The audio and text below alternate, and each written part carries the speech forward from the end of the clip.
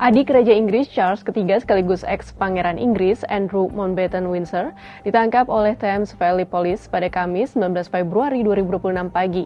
Namun setelah diperiksa, Andrew dibebaskan pada malam harinya. Penangkapan Andrew diduga terkait penyalahgunaan jabatan publik. Sebenarnya bagaimana duduk perkaranya dan status hukum Andrew kini? Bagaimana pula respons kerajaan Inggris terkait penangkapan ini? Dan yang menarik, bagaimana Presiden Amerika Serikat ikut berkomentar atas insiden tersebut? Kita bahas. Kepolisian Thames Valley menangkap Andrew pada Kamis 19 Februari 2026 dengan tuduhan menyalahgunakan jabatan publik.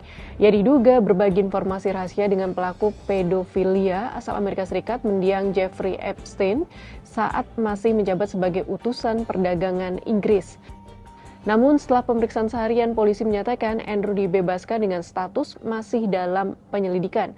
Artinya, ia belum didakwa tetapi juga belum dinyatakan bebas dari tuduhan.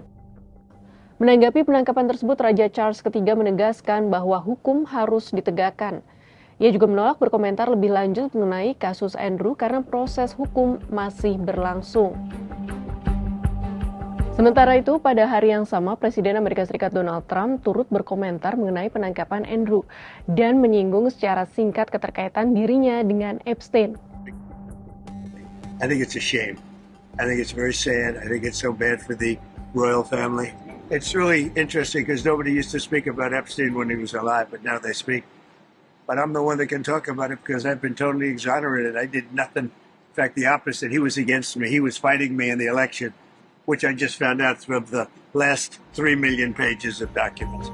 Jeffrey Epstein adalah seorang pengusaha yang berbasis di New York City, Amerika Serikat.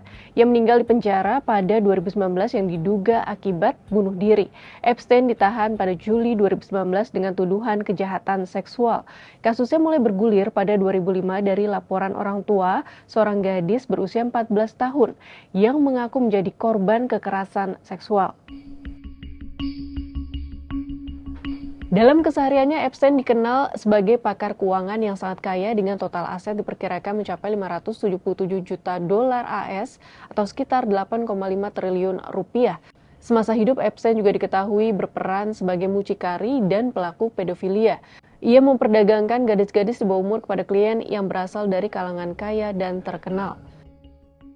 Pada 12 November 2025, United States Congress merilis sekitar 23.000 halaman dokumen terkait Epstein.